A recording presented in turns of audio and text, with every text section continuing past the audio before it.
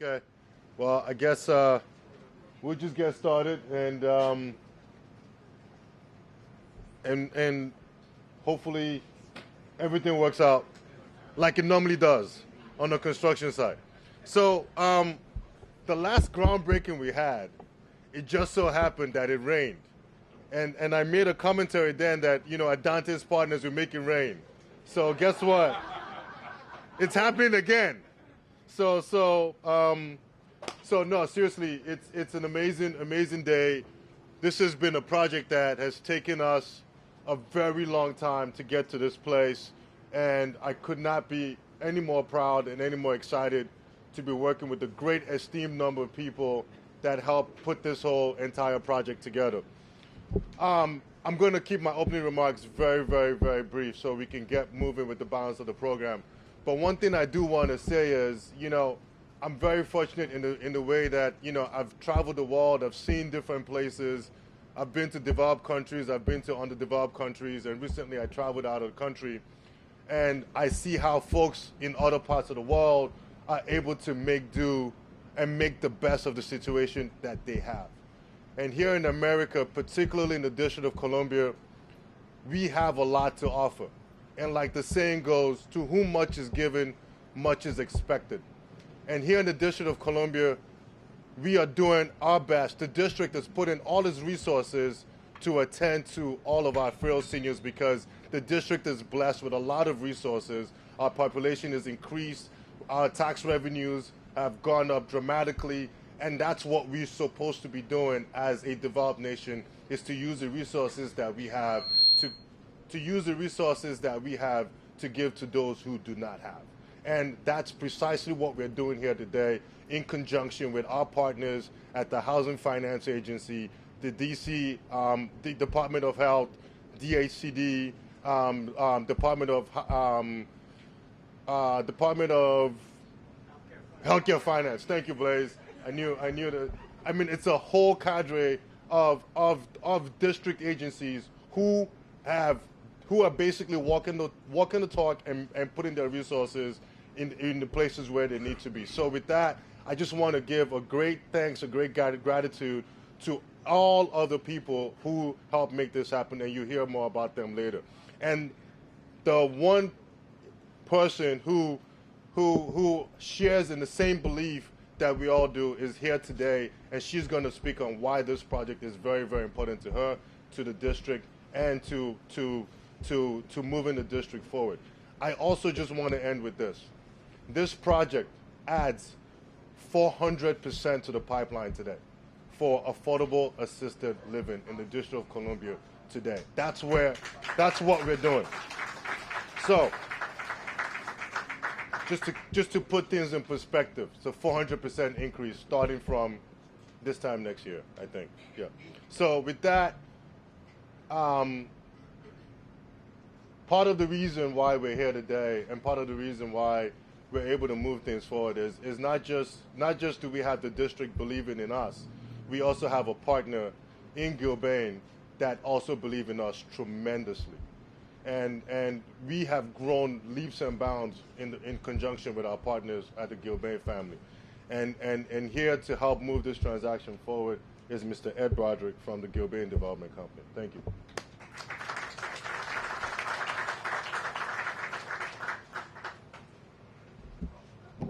Thank you, Bua. Quite an introduction.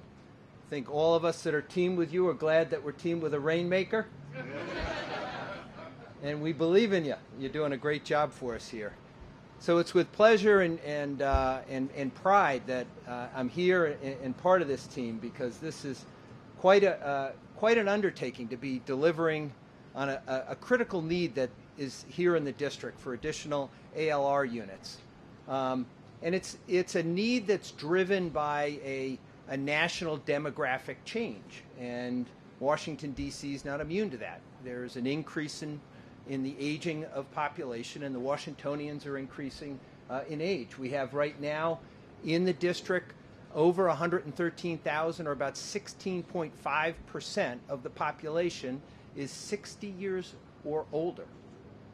So that's a pretty significant percentage, and that is increasing over the next 10 years.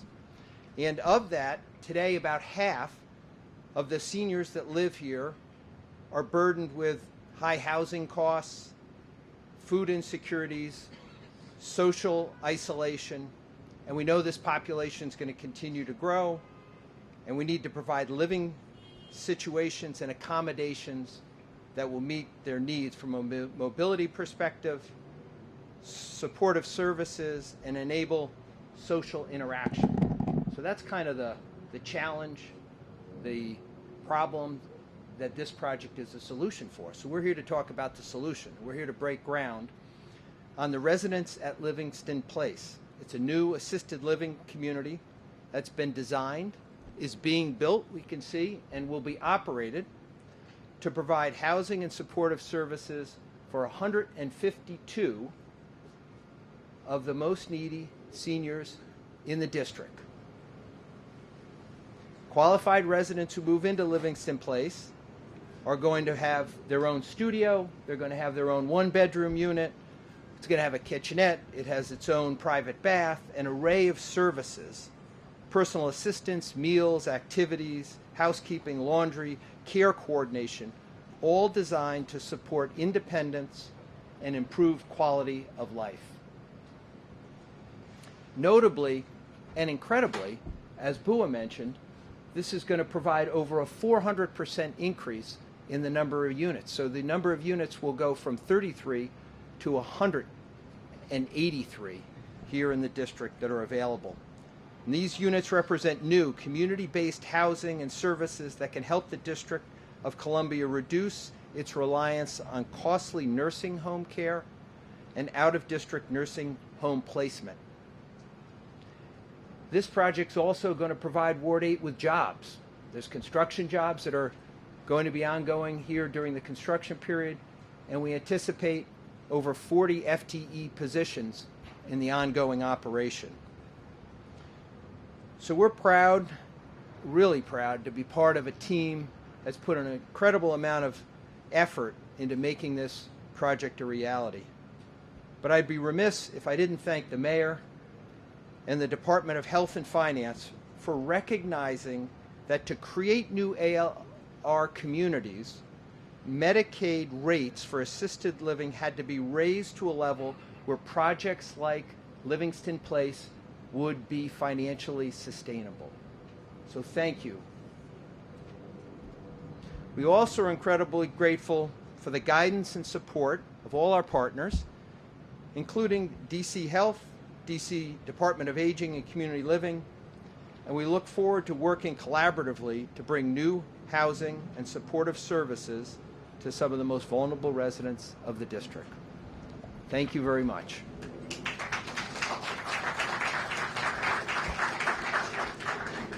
And now I'd like to introduce Gulford Bobo, who is the chair of the Commission of Aging here in Ward 8 and a resident.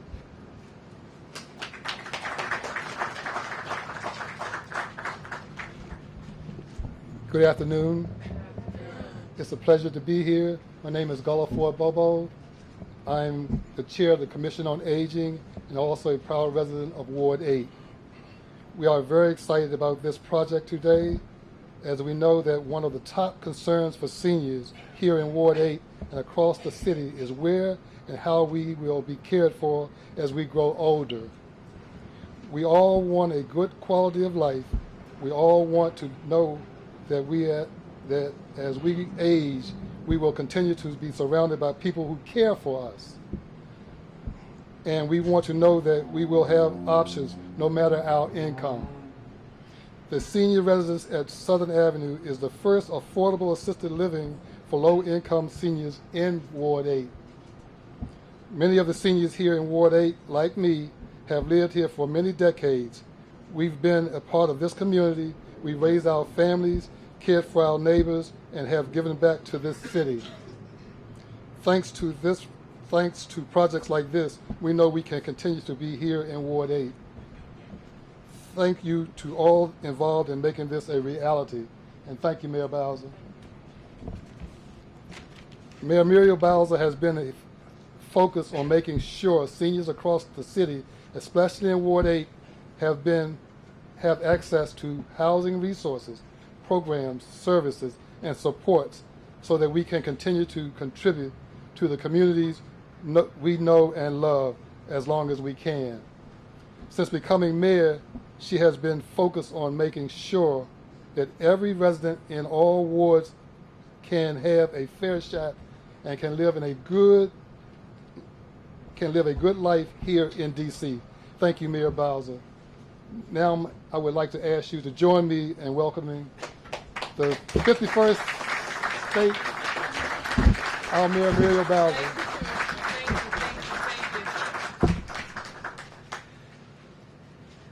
Well, good afternoon, everybody. I am very delighted to be here with all of you to celebrate another wonderful development that's in the making in Ward 8. I'm always delighted to be with your Councilmember Trayon White, who has joined us and who I'll welcome to the podium at the conclusion of my remarks. I also like to be with Dante's partners talking about affordable housing, and Bua and his team have been so creative and so focused on how to leverage every single dollar, whether it's the districts, whether it's private, whether it's federal, to make sure that we are building the units that we need. Commissioner Bobo represents a strong, powerful, and proud group of people. And those are people who are over the age of 65. And as has already been mentioned, that group of people gets bigger every day. Praise God. And they have dedicated and invested in our city for decades. And they expect the city to be there for them as they age right in their own homes. And in some cases, they're looking to change homes. In other cases, they need more support to stay in their homes or to move. So it is our challenge to make sure that as we hit our goals of 36,000 new units of housing across all 8 wards of the District of Columbia by 2025, that we are remembering every resident in our city. The truth is, we have a lot more to do for seniors when it comes to housing. That's just the truth. We figured out ways to give tax breaks on single-family homes. We've developed rental units, but we always have to keep in mind that senior who has worked and has saved and has a fixed income who cannot absorb year-over-year increases in their rent. And that is the group of people that we all need to be focused on when we think about building new units, when we think about supporting rental units, when we think about all of the things that we do in housing. Let's keep that group of residents in mind. And in addition to that, we're focused on all of the supports that a senior needs to be in their own home as well, from utility assistance to learning about solar panels, to having quality transportation, and having amenities close to where they live. When we do all of those things, we know that we will be building real communities for people of all ages and all incomes in our city. We have a lot to be proud of, but more work to do. I won't tell you, I won't go into how we need more money in the Housing Production Trust Fund, but you know we do, council member. How we need more workforce housing investments. We'll continue to work on that. And how we need to continue to fund ways that all of these people that we'll hear from today can be innovative in the projects that they recommend to all of us. So I'm happy to be here to break the ground. There'll be other projects I know that you bring to the table that we'll also be interested in looking at. And the last thing I'll note is just how many, you heard it from Bua already, how many people and entities it takes to make projects like these work. And they are a committed group of people. Affordable housing developers have to be persistent, patient, and creative to deliver these projects for all of us. So on behalf of my entire affordable housing team, I want to say congratulations and let's get to work, and invite my friend Trayon White to also address you. Thank you very much.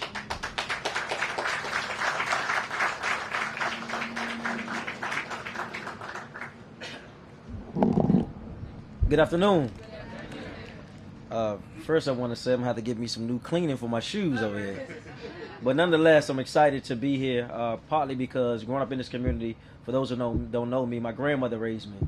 And so often I interact with seniors from Congress Heights to Knox Place in the ward, and one of the greatest things they're concerned about is where they should live, right? Because most of our seniors on fixed income.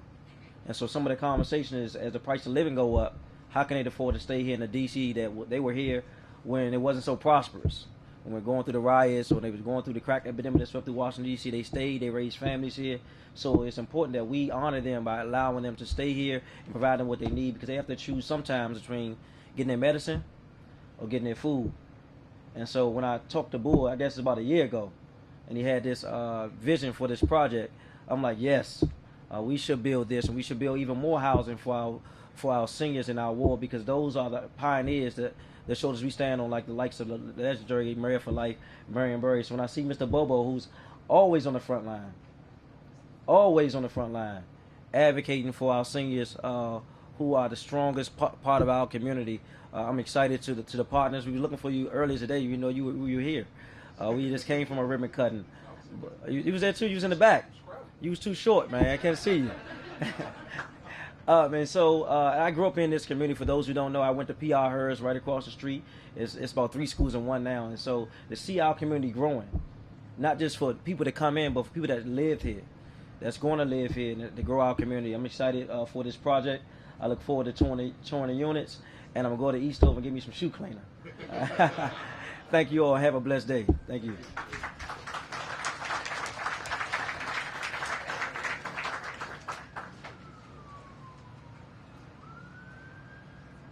So Todd, you up next. Yes, sir. Todd, John, then Blaze, then we'll kick some dirt. Cool, let's do it. Hey, good afternoon. I'm Todd Lee, Executive Director of the Housing Finance Agency. This actually is really amazing, and it's particularly amazing for me because one of the things that I had the opportunity and the pleasure to do is run the Seniors Housing Finance Group for Fannie Mae. We did over $2 billion in mortgage financings for assisted living facilities every single year throughout the United States. And what I can tell you, through all of that, I've never seen anything like this. And I'm so happy that it is happening in our hometown of Washington, D.C., and I'm happy that it's happening right here in Ward 8. What does it take to make a transaction, like Livingston happen? It really does. It takes leadership. It takes insightful leadership and someone that really cares about its community. And so for that, I want to thank Mayor Bowser for her leadership. In the District of Columbia, she makes available the best housing resources in the country. I think about the Preservation Fund, our Housing Production Trust Fund, programs like HPAP. No other jurisdiction, does it like we do in terms of locally funded affordable housing programs. And so again, Mayor Bowser, thank you. It also takes intentionality and a really creative development team. And, for that, I want to thank Dante's partners. Thank you, Bua. I want to thank Gilbane. And I also want to thank the Carding Group, who has some familiarity, with projects like this. And it also takes collaboration. Generally when I'm standing at the podium celebrating, either the cutting of a ribbon, or pushing a shovel into the ground to start a project, like Livingston, it's a bunch of us, from the financing side and from the government financing side in particular. Generally it's a DHCD, or a housing authority. This time, we're welcoming to the party the Department of Healthcare Finance, because what I will tell you is that, without the operating subsidy that they're providing through a really creative use, of our Medicaid, waiver program, this project and projects like this simply can't happen. Going back, one of the things that me and my colleagues, at Fannie used to talk about when we were financing assisted living projects, was how can we do this and serve an affordable population? Generally projects like this, fully amenitized, $6,000, $7,000, $8,000, $9,000 a month, to house and take care, of our very important seniors. And with this project and the creativity, leadership, and collaboration that we're all bringing to the table to make this happen, we're going to be able to serve our population of seniors that we love so much, that earn wages well below, those that would allow them to afford, the type of stuff, that we've all seen that costs entirely too much. So, again, I'm very happy. I'm pleased. Great to be a part of this. And, I'd be remiss if I did not thank, my team at DCHFA, who worked to issue $50 million worth of tax-exempt bonds, to make this project happen, and $15 million worth of low-income housing tax credits, to make this project happen as well. I see Christopher Donald in the back, Xenia Camacho, ran lead on underwriting the bonds, from our general counsel's office, Mr. Mike Cantrell and Brittany Jordan, who was the lead from our general counsel's office working with Xenia. Again, congratulations, Bua, and thank you very much. I cannot wait to get back here to cut the ribbon.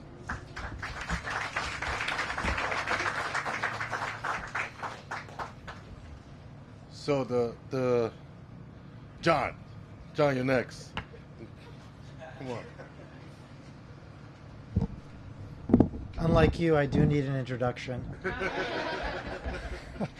My name is John Veronis, and I'm with Systema Capital Management, and we're an investment manager that brings private capital to public purpose housing all around the country. And Livingston Place, I think, is one of the best examples in the country of socially positive housing. Our largest investor is a large church pension plan, and this is what they love. They're getting a great return, but they're helping a community here in Washington, D.C. And this product, you should be very proud of what Gilbane and Dante's and everyone is going to deliver, because our opinion, we're all around the country making these kinds of investments.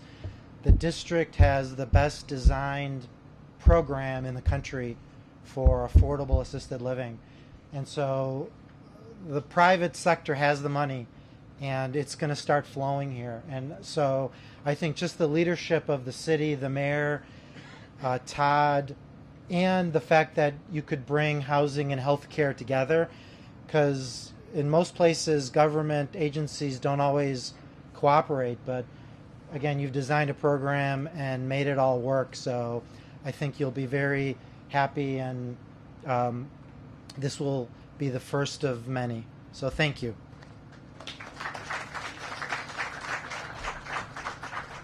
So when we started this project, there were 3 phone calls that I had to make. The first one was to Ken Brewer from 8th Street CDC. I said, Ken, are you a believer? Ken says, I'm a believer.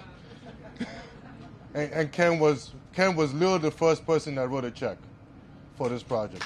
So I just want to thank you, because you keep taking my phone calls, and hopefully you would not get tired of taking my phone calls. So thank you to your organization and to your board.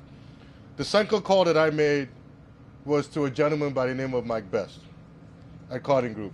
And as opposed to me asking him if he was a believer, he asked me if I was a believer. And I said yes, because he's the one who really educated us on this program. So, and he's done a ton of these throughout the entire country, and he's actually locally based. So the fact that this is his first transaction for him and his team to be in the District of Columbia, thank you very much for taking that leap of faith with us. Thanks a lot, Mike. Thanks a lot, Kimberly, and to the rest of your team. Appreciate it. And the third call that I made was to a gentleman by the name of Blaze. And I just love his name so much. He's got the coolest name that I've ever come in contact with, Blaze Rostello. And that's exactly what he does. He blazes. And I'm very, very happy to be working with him on a daily basis to bring projects like this to fruition. And like I said, they've helped our company grow leaps and bounds through different states, not just in the District of Columbia. So ladies and gentlemen, the one and only Blaze Costello. Hey, good afternoon, everybody. So I get to hopefully not be repetitive, but my name is Blaze Rostello. I'm the Director of Development for Affordable Housing at Gilbane Development. And I had the privilege of, I was going to say quarterbacking, but I think a more appropriate analogy is to be the pitcher for an amazing team of professionals. And we're like in the third inning. We have a little bit of a rain delay right now. But we've come a long way, and I got to throw out the initial pitches and get us to a place with an amazing team of people. So if you just indulge me for like three quick minutes, I'm actually gonna. There are like individuals. There's so many people who played a really important role in getting this done. This is a pioneering transaction in the District of Columbia in particular, but also across the country. So starting with Dante's partners. Bua, Corey, Steven, the whole team. We love working with you guys. The karting group, Mike was already mentioned. Anybody who worked on the transaction know it wouldn't have happened at the nth hour without Kimberly. Kimberly was essential, so thank you, Kimberly, and Rob too. Ken, thank you so much for all that you did. We had a really trusted consultant. Her name's Claudia, who many of you know. She really helped us understand DC Department of Healthcare Finance, how the Medicaid waiver works, and really was essential to helping make it all come together. Design and construction team, we got Soto Architecture, Wiles Minch, Ken, thank you so much, and Fernando. We have all of the Hamel team here today. You can meet some of them. They're going to build this building. So Phil and Tom and Oscar and Hank, and then Kim Mitchell, who's essential. She knows what she did. But every good plan and excellent design really requires buy-in. It requires buy-in from all the agencies at the district. So we just really want to thank you for your unwavering support. We thank you, Mayor Bowser. We thank you, Councilmember White. We thank Todd, Lee, Senya, Chris, Mike, everybody at DCHFA, Director Turnage, Melissa, Aisha at the Department of Healthcare, Finance. I forgot it too. And it's Aisha's birthday, so text her happy birthday. She couldn't make it today, but she has been tremendous in just helping us. And Dr. Nesbitt, Sharon, and Caitlin at DC Health. We took their staff out to another property in Indiana that the operator operates out there, and really had to just have a wonderful couple of days to help them see what can be possible here in the district. And so, and last but not least, Director Donaldson and Tax Credit Unit at DHCD. We worked on this. We put this in initially just as a straight affordable housing. We put it in for some housing production trust fund money, and didn't, as things are in the district, it's very competitive. We do need more housing production trust fund money, and so we didn't get funded the first round, and so we got in a room and we said, how can we make this better? How can we do it? And with all of the creative minds together, we were able to come up with something. And the thing I'm most proud about this is this doesn't require $1 from the Housing Production Trust Fund. So those dollars can be used for creating other affordable housing across the district, and we are really, really proud to deliver that. And so the last but not least is it takes a bunch of trusted financial partners and then attorneys to document everything. So John, thank you. System of Capital bought all of the bonds. PNC Bank was our tax credit investor, so Gail, Jason, and Brock were really essential. And then the talented attorneys, some of them are here. We had Reno and Kavanaugh, Kutak Rock, Tiber Hudson, Norris George, and Ostrov. So that's all of the people who made it happen. And Ben Soto. And Ben Soto at Title. Yes. Ben is in the building. Where is Ben is here. Okay, there you are, Ben. So we're going to be here about this time next year. It'll be past the 7th inning stretch. We'll be at the 9th inning. We'll be ready to move people in, and we'll all be cutting a piece of ribbon. And then we'll get to see what it's really about. And this is really about people. It's about the frail elderly in the district. It's about having an affordable home with a community of peers that they can have at the later stages of their life. It's about dignity. It's about care. And it's about honoring the elders, really, of the community. So we are just extremely proud, and we thank everybody here because you have all been very supportive. And we're looking forward to this time next year. Thanks.